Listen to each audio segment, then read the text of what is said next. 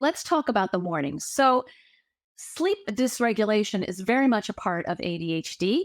And many kids actually biologically have difficulty waking up because of the norepinephrine deficits that they may have in their brains, and which controls alertness and sleep.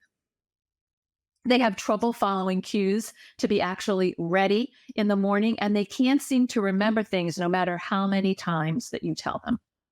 So, how can you have a pleasant morning?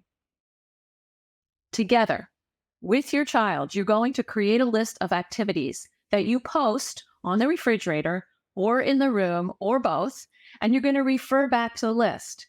And you're going to continue to say things like, check your list.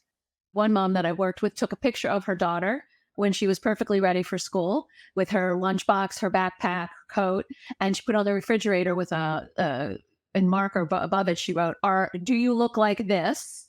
If so, you're ready." And so she would refer back her daughter back to the picture. So we're using visual cues and auditory reminders. The auditory is refer back to the list. The goal is simplifying the morning routine and helping kids learn organizing, planning, and sequencing. You want to lay out your week on a whiteboard. It's very helpful for kids to see what's coming during the course of a week. And if you can get a whiteboard, that really assists them in looking at the day, looking at the next day. It just gives them information because they have trouble remembering and holding it in their minds. Do as much as you can for the morning the night before. And think about what those are for your family. Do you get the backpack ready? Do you make most of the lunch except the sandwich? Is a Chromebook in ready for school? Do you need to wear clean clothes to bed so you can wake up in the morning without having to get dressed?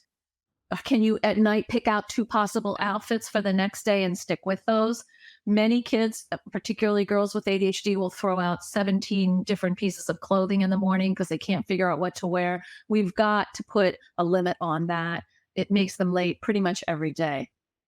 And perhaps you want to share activities like we're going to bring your clothes into my room, we'll get dressed together, or let's brush our teeth together so that you're there as a body double for your child while they're doing this morning routine. If you can, even make it a game, set a timer, who can get dressed quickly. What do you get if you get dressed quickly? An extra granola bar in your lunch or something like that. One mom I worked with actually had her daughter brush her teeth at the kitchen sink every day because she could not go back upstairs to the bathroom. So the toothbrush lived next to the sink. And there was another one upstairs for the evening. Anticipate problem areas and don't be discouraged by them. It's hard in the mornings to say, oh gosh, this isn't working, this isn't working. But actually, things are probably moving forward better than you think.